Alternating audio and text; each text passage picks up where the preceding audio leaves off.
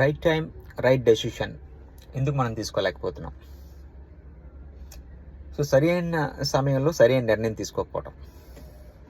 చిన్న ఎగ్జాంపుల్ చెప్తాను మీకు. ఎకనామిక్స్ కాదండి, అకాడమిక్ స్టడీస్ ఆ పిల్లలు చూడండి, వాళ్ళు 100కి 100 మార్కులు తెచ్చేసుకుంటారు.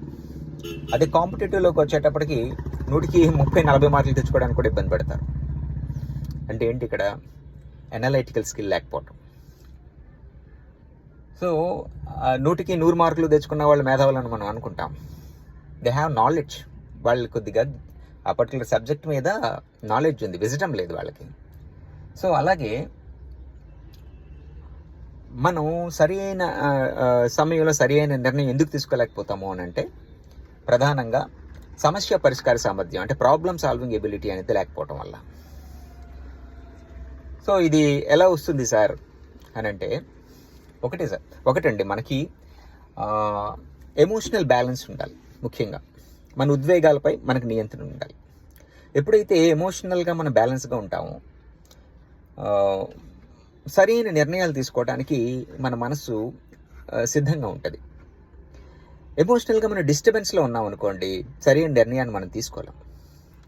సో ఇక్కడ ఎమోషనల్ బ్యాలెన్స్ అనేది చాలా అవసరం.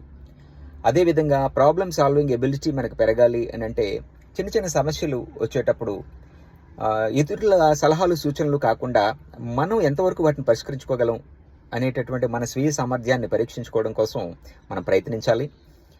అది మనం చేయి దాటినప్పుడు మాత్రమే ఇతరుల నుంచి సహాయాన్ని, సలహాలు కానీ తీసుకునేటటువంటి ప్రయత్నం చేయాలి. ఇక్కడ అన్నిటికీ వర్తించదండి. కొన్ని ప్రమాదకరమైన నిర్ణయాలు తీసుకునేటప్పుడు ముందు మనం చేసేద్దాం అనుకోకూడదు. సో అక్కడ నిర్ణయాలు తీసుకునేటప్పుడు అక్కడ ఉన్న సందర్భాన్ని బట్టి కూడా మనం ఆలోచించాల్సినటువంటి విషయం ఉంది. సో ఇక్కడ డెసిషన్ మేకింగ్ స్కిల్ అనేది చాలా చాలా అవసరం. గతంలో కూడా నేను మీకు చెప్పున్నాను. సో అది ఎమోషనల్ బ్యాలెన్స్ వల్ల మాత్రమే వస్తుంది. తర్వాత వీలైనప్పుడు ఎప్పుడైనా ఎమోషనల్ మెచ్యూరిటీ గురించి మాట్లాడుకుందాం.